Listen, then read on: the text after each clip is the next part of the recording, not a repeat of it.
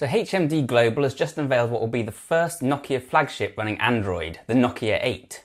Is this the return to form that Nokia fans have been waiting for? Well, it looks and feels a whole lot like a 2017 flagship, and like many flagships, it has a killer feature to set itself apart. As Nokia has been known to do in the past, they're putting the major emphasis here on the camera, or should that be cameras? And some unique tricks should make it a great choice for content creators and the Instagram generation. HMD themselves have described this as the ultimate device for documenting your life, but does it do enough to compete with the other heavy hitters out there?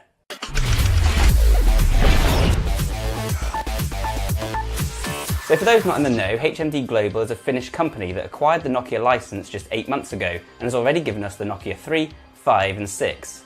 This is their first stab at a real flagship though, so I was eager to see how it would hold up and whether they'd be able to fly the flag proudly for the Nokia brand.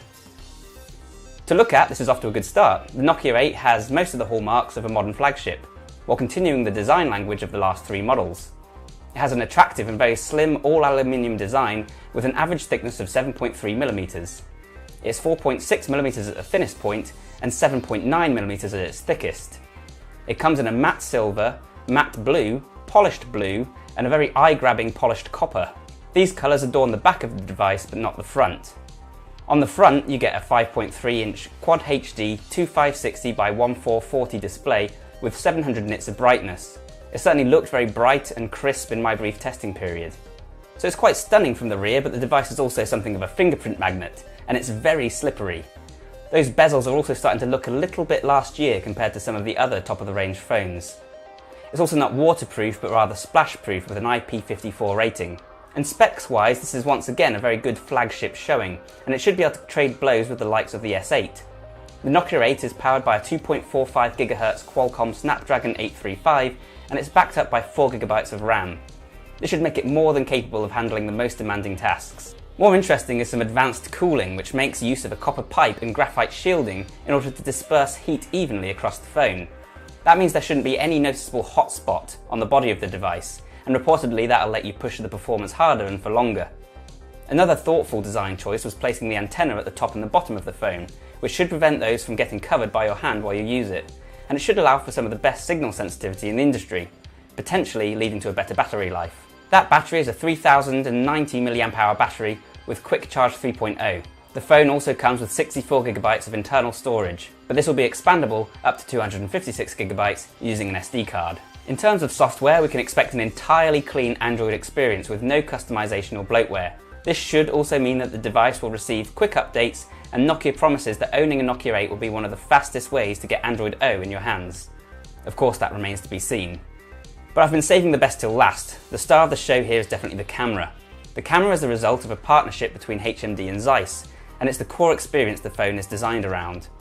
The rear shooter utilises 2 sensors, one colour and one monochrome.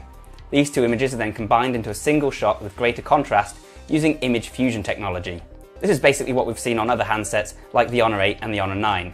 Both those sensors are 13 megapixel, but in a unique twist, so too is the front-facing camera, which utilises the exact same camera module in fact. That also means you get autofocus up front, which is another rare feature for a selfie camera. So the reasoning behind having a 13 megapixel camera on both the front and the back was to support what the company sees as the Nokia's killer feature, the Bothy. The Bothy feature allows users to snap photos or record video using footage from both the front and the rear camera, split down the middle 50-50. Whether shooting in this mode or recording regular video, that can then be streamed directly to Facebook Live or YouTube natively from the camera app. And what also makes this a good choice for content creation is top-tier audio recording, which uses Ozo audio.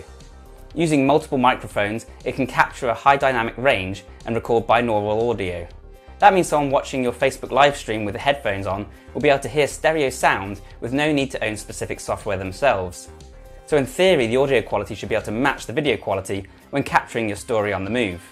So I had a go at the camera and I found it to be a good shooter capable of some detailed, contrasty shots. I wasn't able to get the photos off the device though, so we'll need more time to test before we can make the final verdict.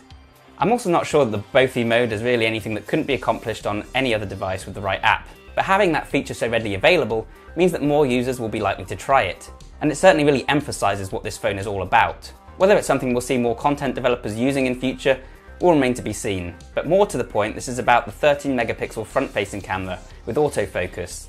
That's a compelling feature, and it's one that will no doubt appeal to vloggers, backpackers, or anyone else who enjoys turning the camera on themselves. And when you couple that with the sleek design, the pure Android experience, and top-of-the-range specs, I'm sure there'll be a large audience for this phone.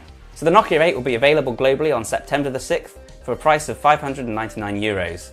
We'll have a full review ready for you then, so you can find out whether this truly is a competitive flagship from Nokia, and whether it's a good phone to document your life with. So thanks a ton for watching, guys. Hope you found this useful and interesting. If you did, please consider leaving a like and subscribing to the channel, and hit the bell icon if you want to be notified of future videos as we release them. Let us know in the comments down below what you think of Nokia 8. Do you think you'll be using that bothy feature? Of course, check out the article on the website for more information, and whilst you're there, take a look around, for we are your source for all things Android. Yeah. I'm so fast. Honestly! It's so slippy. I won't do any more of those shots.